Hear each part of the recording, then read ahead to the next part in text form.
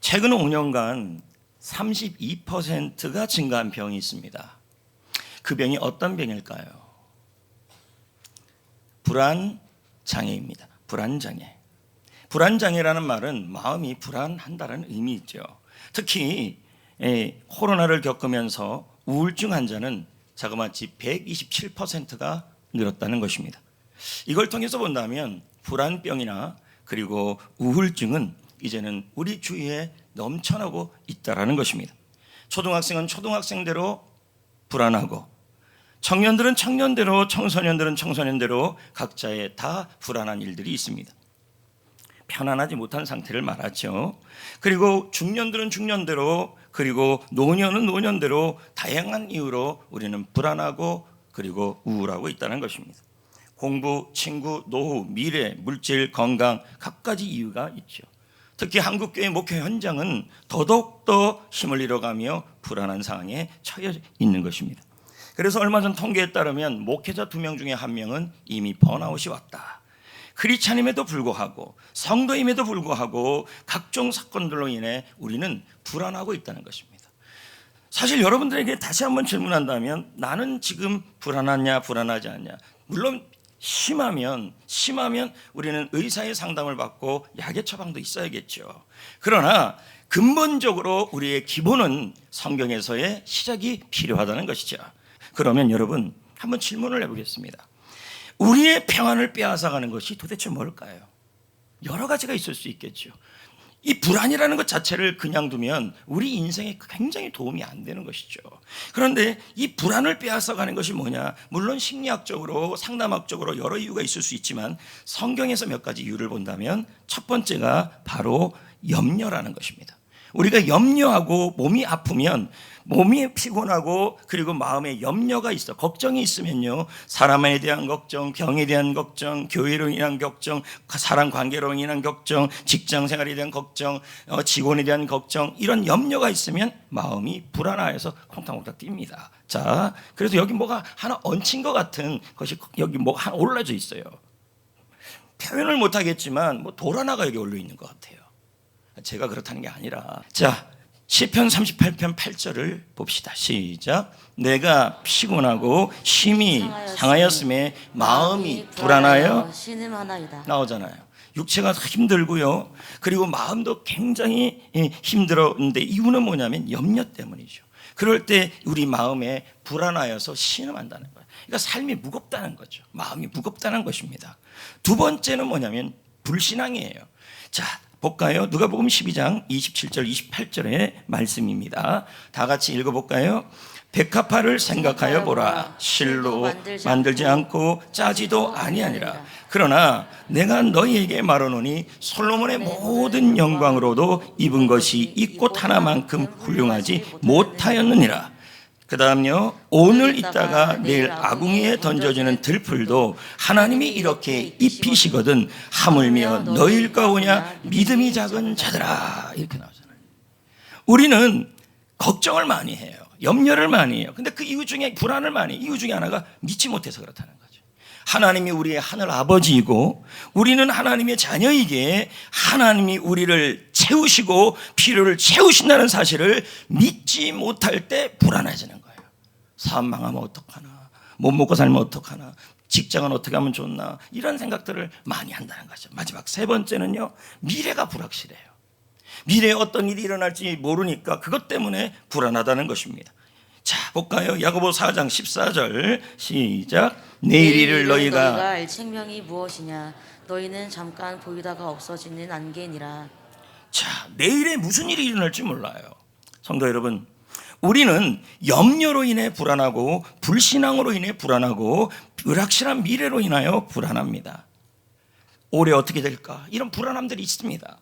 그런데 여러분, 불안은 그대로 두면은 여러분의 몸과 감정을 해치고 정상적 삶을 살지 못해요. 그래서 총신대학교 이간직 교수, 이분은 기독교 상담 심리학의 권위자이죠. 이분이 불안에 대한 책을 썼는데요, 그 책에 보니까 불안의 결과를 다음과 같이 설명을 하고 있어요. 제가 읽어보겠습니다. 잘 보십시오. 불안은 모험을 추구하지 못하게 한다. 그러니까 도전하지 못하게 한다. 늘 겁먹고 무서워하고 그렇게 인다는 거. 계속 보면 삶의 모든 영역에서 근심하게 하고 무기력하게 한다, 우울하게 한다. 더불어서 불안은 사단의 무기이다, 좋은 무기이다. 사단은 과장하고 왜곡된 정보를 성도의 삶에 주어서 성도의 삶을 심할 정도로 불안하게 한다. 뇌의 기능을 얼어버리게 하고 사단의 밥이 되게 한다. 그러니까 불안은 사라지게 해야 된다는 얘기죠. 불안을 두면 안 된다는 것입니다. 여러분, 불안은 몸을 망칩니다. 불안은 마음을 망칩니다. 불안은 믿음을 망칩니다. 불안은 인생을 망칩니다. 그러므로 여러분, 오늘 말씀 제목처럼 불안 대신에 평안으로 가야 할 줄 믿습니다. 그런데 여러분, 예수님께서는요, 우리에게 평안을 주노니, 평안을 끼치노니. 본문 27절에 이렇게 나옵니다.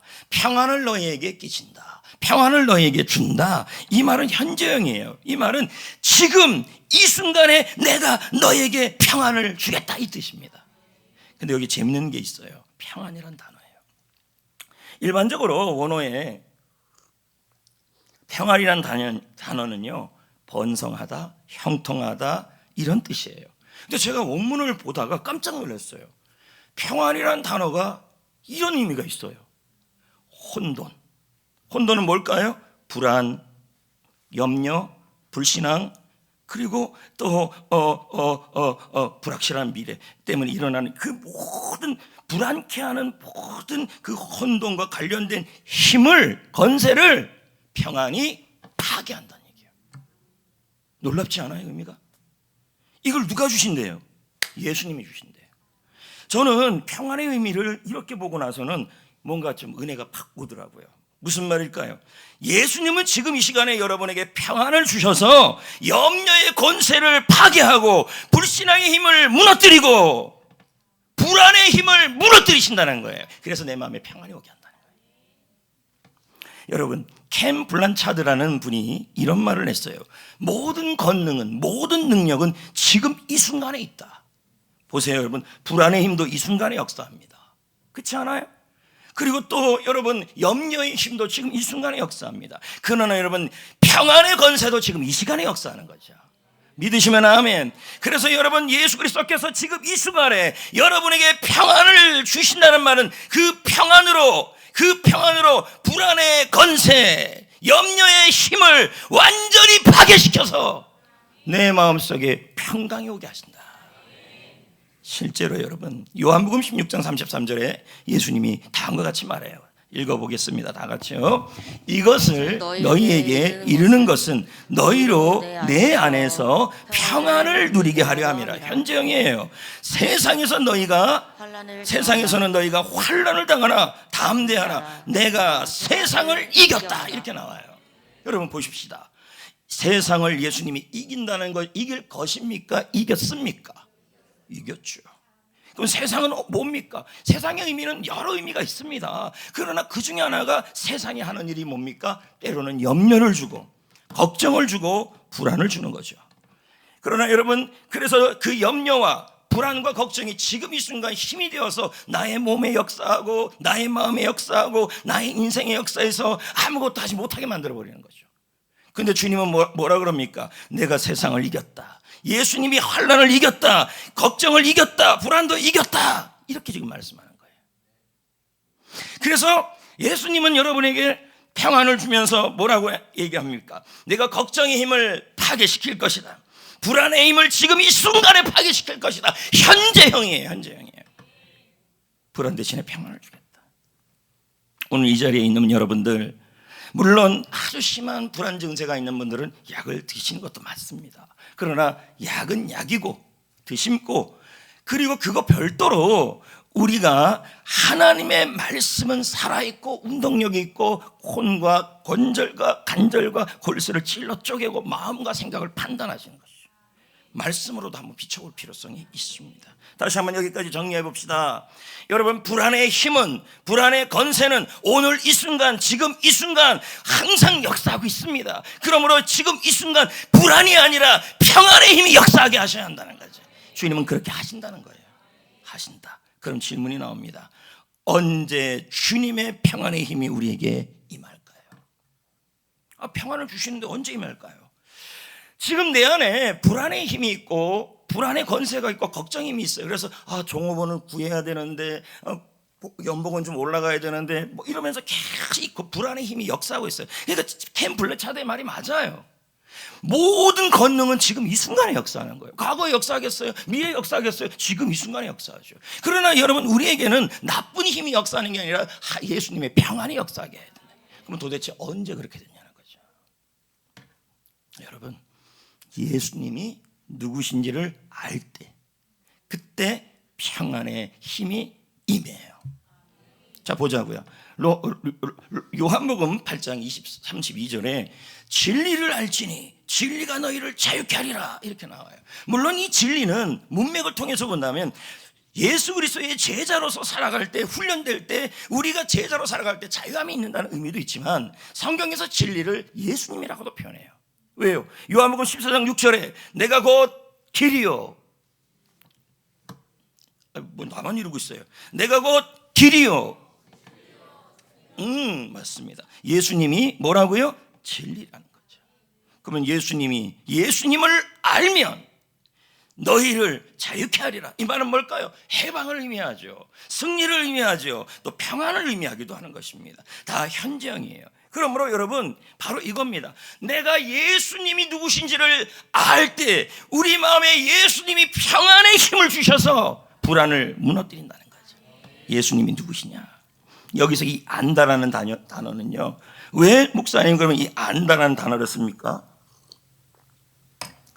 예수님이 누구신지에 대해서 이 안다라는 표현이 믿음과 연관되어 있어서 그래요. 특히 이 안다는 뭐냐면, 제가 대통령을 알아요. 그분은 나를 몰라요. 이해돼요? 그분이 날 안 도와줘요. 어린이 꿈쩍 때도 안 도와줘요. 그러면 뭐예요? 불안한 거예요. 알긴 아는데 나와는 교제가 없는 거예요. 이해됩니까? 이해돼요? 근데 제가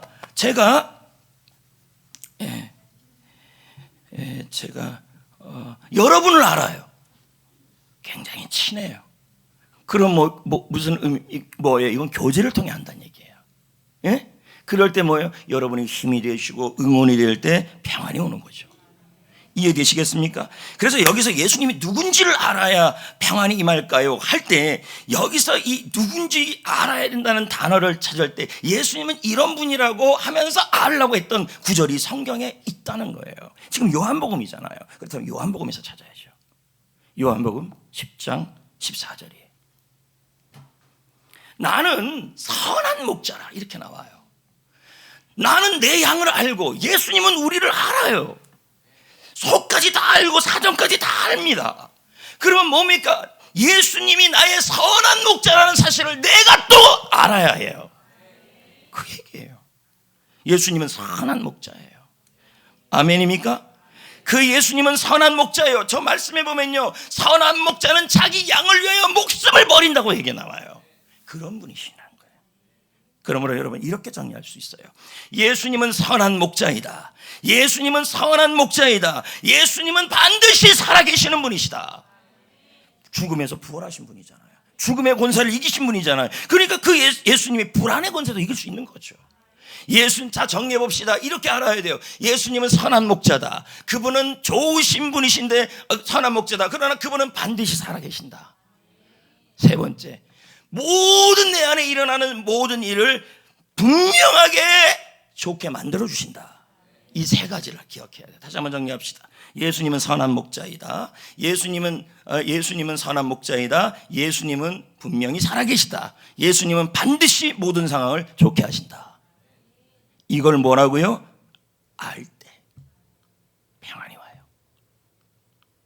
그래서 요한복음 10장 14절 다시 한번 보세요. 나는 선한 목자라. 나는 내 양을 안다. 예수님은 여러분을 알아요. 지금 어떤 불안이 있고 어떤 염려가 있고 어떤 걱정이 있고 내 모든 사정을 알아요. 그럼 이제 뭐예요? 우리도 예수님을 알아야 돼요. 지금 알아야 돼요. 어떻게 알아야 됩니까? 예수님은 나의 선한 목자이고 나를 위하여 죽음에서 부활하신 분이시며 그리고 살아계신 분이시며 나의 모든 상황을 반드시 좋게 할 수 있는 분이시라는 사실을 내가 지금 알아야 돼요. 제가요, 책에서 강아지를 키우는 목사님 이야기를 읽었어요. 강아지 종류는 시츄예요. 시츄는 요만해요. 근데 여러분, 이 시츄의 이름이 뭐냐면 쭈예요. 요만해. 제가 우리 교회 반려견들 중에서 아는 개 이름이 하나 있어요. 쪼코. 저쪽이 살아. 쪼코. 근데 여러분, 이 쭈가 참 약해요. 그리고 조금만 걸어도 지쳐요. 쭈가. 그리고 피부도 약하고 지각 능력도 떨어지고 청각, 시각, 후각이 다 나빠요. 근데 여러분, 이 시추가 그렇게 아파도, 그렇게 지쳐도 한 번도 불안한 적이 없어요.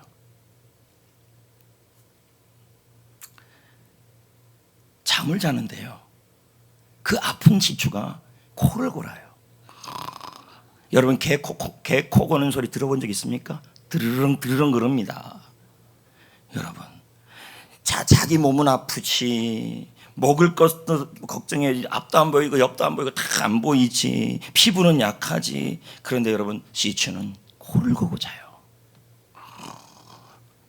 아까 개 봤죠? 큰 개. 왜 잘까요? 주인이 안고 있잖아요. 이해되시겠어요? 그리고 이 시추는 알아요. 주는 알아요. 왜? 이 안다는 게 뭐냐면, 이 주인과의 경험을 보니까 과거에 나에게 밥도 주고, 내가 아플 때는 병원 데려가고, 그리고 내가 힘들 때는 쭉쭉 만져주는 이 사실을 경험적으로 알아요. 그러니까 지금도 뭡니까? 이 주인이 자기를 지켜주고 붙들어주고, 죽은 주인이 아니라 살아있는 주인이고, 그리고 어떤 상황이든 반드시 나에게 잘되게 하시는 주인이라는 걸 알아요. 그러니까 자요. 이게 평안이에요. 그러면서 이 목사님이 이런 말을 했어요. 이야, 개도 편안하네. 그럼 나는 뭐야? 아니, 개는 주인 하나 제대로 아는데도 호걸고 자는데, 내 주인이 책임진다. 내 주인은 죽은 주인이 아니라 살아있는 주인이다. 내 주인은 선한 분이시다. 책임져 주시는 분이시다. 나를 안아주는 분이다. 약 주는 분이다. 밥 주는 분이다. 간식 주는 분이다. 눈이 와도 비가 와도 아플 때조차 불안하지 않아요. 주인을 알기 때문이죠. 그래서 이 안다라는 표현이 무슨 의미인지를 이해하셔야 돼요. 여러분, 우리 주님은 선한 목자이시고요, 지금도 분명히 살아계시는 분이시고요, 모든 상황을 반드시 좋게 할 수 있는 나의 선한 목자이십니다. 이 사실을 여러분이 알아야 돼요. 어떻게 알아요? 어떻게 하냐면, 지금 나의 돌아온 삶을, 여정을 보면 순간순간마다 주님이 나를 도와준 사건들이 있어요. 그 경험을 통해 아는 거예요. 그걸 안다면 평안해야죠. 여러분, 주님을 안다라는 것이 무엇이냐? 자, 에베소 4장 13절 말씀을 보면요, 나와요. 자, 우리가 다 하나님의 아들을 믿는 것과 아는 일에 하나가 되어서 온전한 사람을 이룬다. 이렇게 나오죠. 그러면 예수님을 아는 것이 예수님을 믿는 것으로 하나가 되어야 된다는 거죠. 그러므로 여러분, 우리는 이런 말을 해요. 나 예수 믿는데요 그래요. 뭐 언제 믿었는데요? 예수님을 나의 하나님으로, 예수 그리스도로 내가 영접했을 때 그때 믿었어요. 그러면 저는 질문하고 있습니다. 지금도 예수님이 선한 목자로 믿고 있냐는 거죠. 아니, 지금 이 순간이어야 돼요. 왜 그러냐면, 예수님을 예수 그리스도로 영접할 때 한 번을 믿지만 그 이후에는 믿는다고 하지만, 지금 현실에서 예수님은 지금 이 순간 나의 선한 목자이고, 살아 계셔서 나의 모든 필요를 채우시고, 그리고 모든 상황을 좋게 하시는 예수님이라는 사실을 지금 이 순간에 믿어야 된다는 얘기예요. 그래야 뭐예요? 평안함이 임해요. 여러분, 불안과 믿음은 반비례해요. 불안이 강하면 강할수록 믿음은 떨어져요. 그림 보십시오. 불안이 세면 셀수록 믿음은 없어져요. 약해진다는 얘기죠.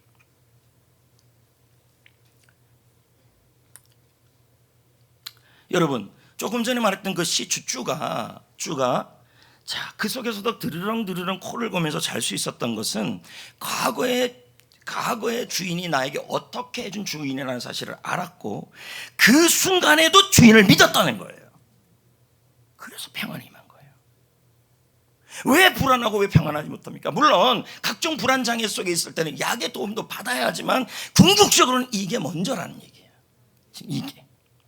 그래서 우리의 마음에는요, 여러분, 한 번에 두 가지 생각이 못 들어가요. 그래서 이게 늘 비어있지 않고 불안이 들어가 있으면 평안이 못 와요. 평안이 들어갔으면 불안이 사라지는 거예요. 이게 심리학이에요. 저는 여러분에게 부탁드립니다. 어제 믿었는데요가 아니지요. 언제나 현재 진행형 믿음이어야 돼요. 지금 예수님이 선한 목자이고, 지금 선한 예수 그리스도는 살아계시고, 지금 예수 그리스도가 모두 이해 안 되는 상황을 좋게 하실 것이라는 사실을, 나의 직장과 일터와 가정에 일어나는 모든 일들을 지금 믿어야 뭐가 일어나면 지금 평안이 임한다는 거죠. 제가 예전에 그런 얘기를 한 적이 있어요. 베드로가 무리를 걸어요. 걷는데 한 발짝 걸을 때는 물을 걸었어요. 예수님을 보면서 믿음으로. 근데 몇 발짝 가다가 떨어진 거죠. 빠진 거죠. 그러니까 뭡니까? 조금 전에 믿음 가지고 안 된다는 거예요.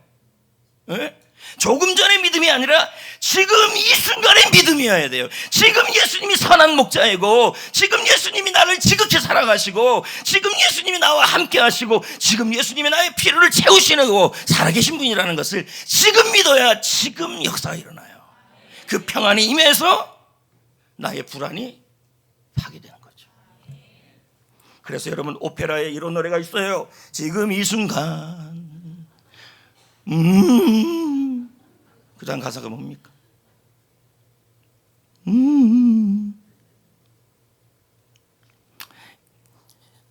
저는요 영화를 많이 못 봅니다.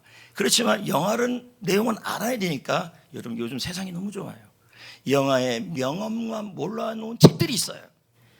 거기서 하나를 본 거예요. 나비 효과라는 영화인데요, 그 영화에서 보니까 제가 오늘 말씀과 너무 유사한 내용이 나와요. 제가 한번 읽어볼게요. 안 나오죠? 제가 읽어볼게요. 아니에요. 제가 읽어볼게요. 지금 이 순간만이 내가 어떻게 해볼 수 있는 유일한 시간이다. 맞지 않아요? 과거는 내가 어떻게 할 수 없어요. 이미 지나갔잖아요. 내가 어떻게 해요? 미래는 아직 오지 않았어요. 그럼 내가 어떻게 해요? 그럼 뭐예요? 지금 이 순간에 이 시간만큼은 내가 사용할 수 있는 유일한 시간이라는 얘기죠. 그럼 이 순간에 뭐 해야 될까요? 불안을 선택할지 아니면 믿음을 선택할지, 그 결정에 따라서 평안이 임하거나 불안이 임하거나 한다는 얘기죠. 이제 말씀을 맺으려고 합니다. 이런 말이 있어요. 우울한 사람은 과거에 산다. 응? 과거. 근데 사실 여러분, 이 과거를 어떻게 할 수 있겠습니까? 이미 지나갔는데. 그리고 또 불안한 사람은 미래를 산다. 저 미래 무슨 일이 일어나면 어떡하지? 우리 사업 망하면 어떡하지? 나 죽으면 어떡하지? 코로나 걸리면 어떡하지? 뭐 어떡하지? 하니까 불안해지는 거죠. 평안한 사람은 지금 이 순간에 산다. 지금 이 순간. 정리합시다. 여러분, 불안은 여러분을 파괴하는 힘이 있습니다. 아무 일도 되지 못하게 만들어요. 그런데 평안은 여러분 혼란을 파괴하는 힘이 있어요. 그 평안을 예수님이 주신대요. 현재 진행으로 주신대요. 예수님이 누구신지를 믿어야 돼요. 언제 믿어요? 과거가 아니라 지금 이 순간에 믿어야 돼요. 그래서 신앙은 항상 지금 이 순간이어야 돼요. 지금 이 순간 예수님은 나의 선한 목자이다. 지금 이 순간 예수님은 나에게 분명히 살아계시다. 지금 이 순간 예수님은 모든 일을 좋게 만들어 주시는 분이시다. 나를 지킨다, 나를 공급하신다. 이걸 지금 믿어야 돼요. 그래서 이런 말이 있잖아요. 지금 믿으면 지금 평안하다. 어제 믿으면 아무 일도 없어요. 이미 지나갔잖아요. 어제 걸 어떻게 믿어요? 미래 것을 미래 가서 믿어요. 그러니까 중요한 건 지금이란 얘기죠. 성도 여러분, 지금 이 시간 예수님의 평안이 임해야 합니다. 왜요? 평안을 지금 너희에게 주노라 그랬습니다. 그렇다면 그 평안을 받으려면 예수님이 누구신지를 알아야죠. 예수님 누구신지를 지금 믿어야죠. 예수 잘 믿으세요. 예수님은 선한 목자.